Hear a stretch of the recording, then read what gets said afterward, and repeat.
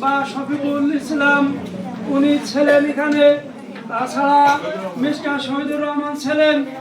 এমনইভাবে যারা দুনিয়ার নিয়ম, একজন আসবে আর একজন চলে যাবে। একটা ইংরেজি কবিতা, তার নাম হলো ব্রুক সং, অর্থাৎ ছোট একটা নদীর গান।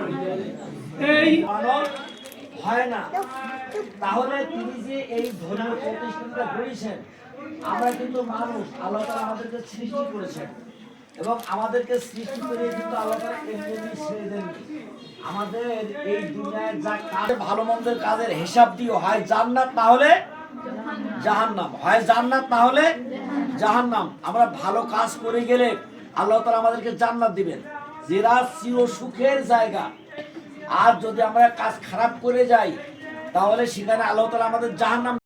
তাহলে আলহাজ মোহাম্মদ আলী সাহেব যে মাদ্রাসা করলেন দ্বীনের পথ দেখানোর জন্য, মানুষ যাতে কোরআন হাদিস পড়ে সে অনুযায়ী আমল করে পরকালে মুক্তি পায়, সে উদ্দেশ্য নিয়ে তিনি মাদ্রাসাটা গড়েছেন।